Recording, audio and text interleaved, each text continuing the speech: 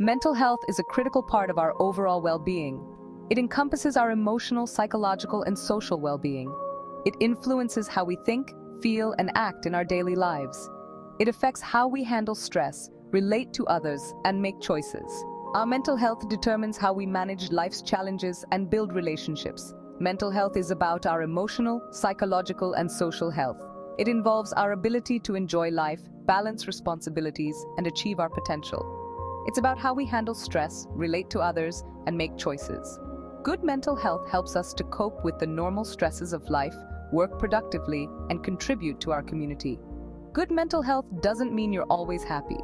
It means you have the resilience to bounce back from adversity and the capacity to experience a range of emotions. It means you can cope with life's ups and downs. You can manage stress effectively and recover from setbacks. You feel good about yourself and have healthy relationships. You can communicate your feelings, set boundaries, and maintain meaningful connections. Mental health is important at all stages of life. From childhood and adolescence through adulthood and into old age, mental health plays a crucial role in our overall well-being.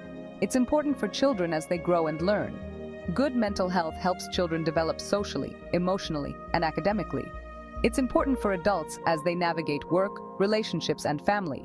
Maintaining mental health allows adults to balance their responsibilities and enjoy fulfilling lives. And it's important for older adults as they age. Good mental health helps older adults stay connected, active, and engaged in their communities, enhancing their quality of life. Many people think mental health only matters if you have a mental illness. This is not true. Mental health is about wellness, not just illness. Think of it like physical health. You can be physically healthy without being an Olympic athlete. You eat well, exercise, and get enough sleep. These habits keep you healthy. Mental health is similar. You can have good mental health without being a therapist. You practice self-care, manage stress, and connect with others. These habits support your mental well-being.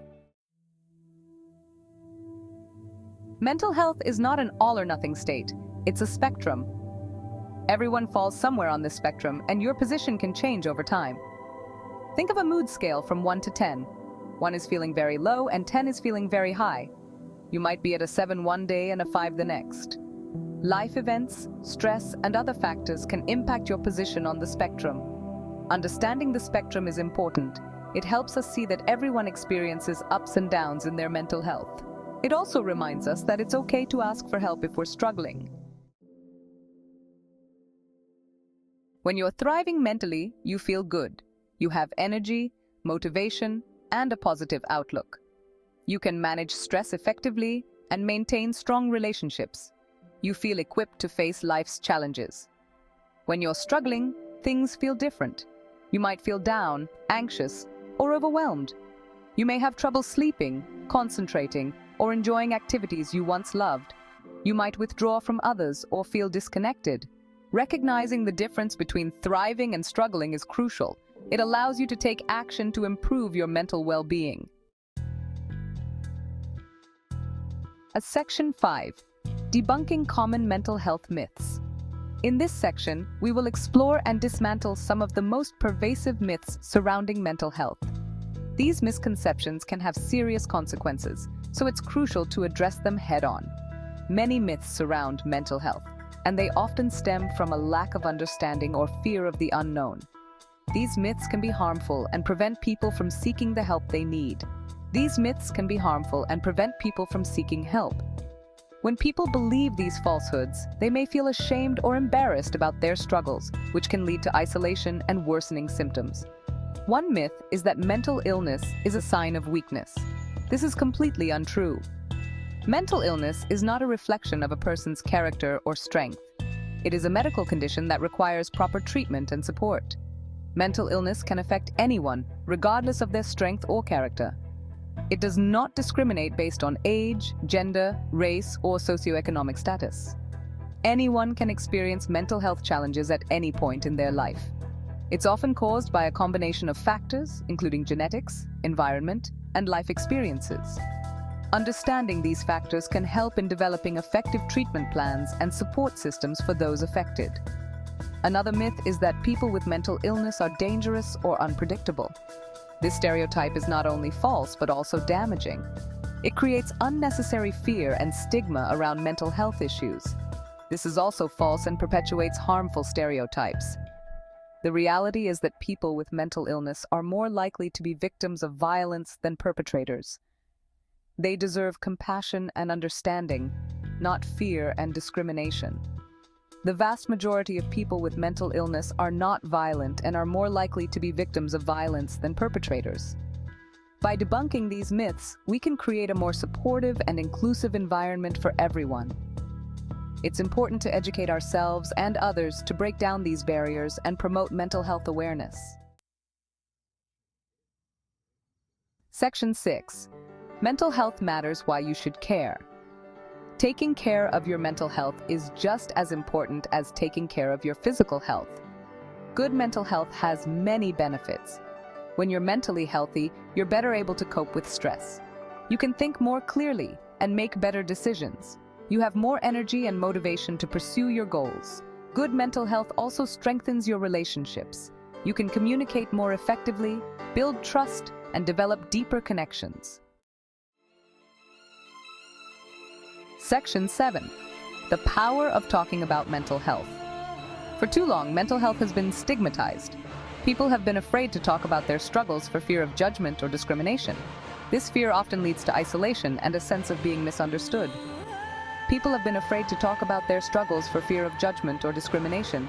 This silence only perpetuates the problem, making it harder for individuals to seek the help they need. This silence only perpetuates the problem. When we don't talk about our mental health, we allow misconceptions and stereotypes to thrive, which can prevent people from reaching out for support. Talking about mental health is crucial. It opens up a dialogue that can lead to understanding and compassion. When we share our experiences, we break down stigma and create space for others to do the same. When we share our experiences, we break down stigma and create space for others to do the same. This act of sharing can be incredibly empowering, both for the person speaking and for those listening.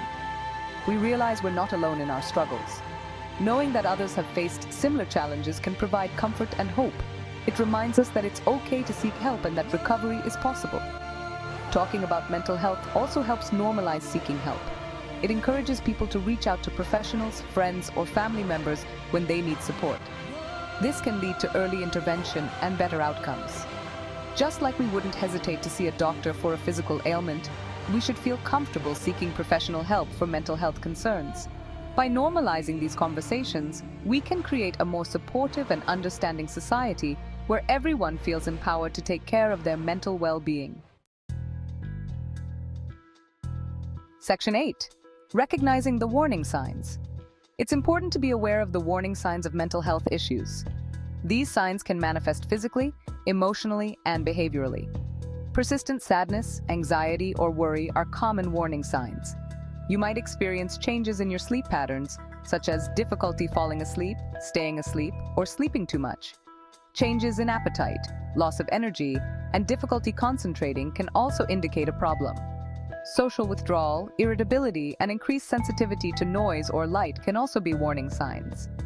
If you're experiencing any of these symptoms, it's essential to reach out for help. Section 9. Seeking help when you need it.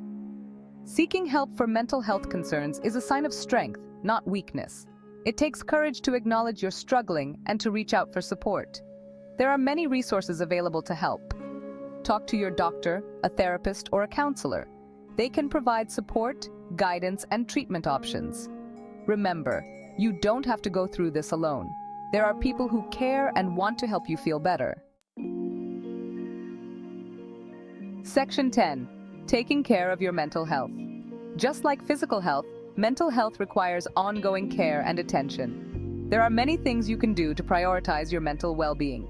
Engage in regular physical activity, eat a healthy diet, and get enough sleep. These habits benefit both your physical and mental health. Practice relaxation techniques such as deep breathing, meditation, or yoga. Connect with loved ones, engage in hobbies you enjoy, and set realistic goals.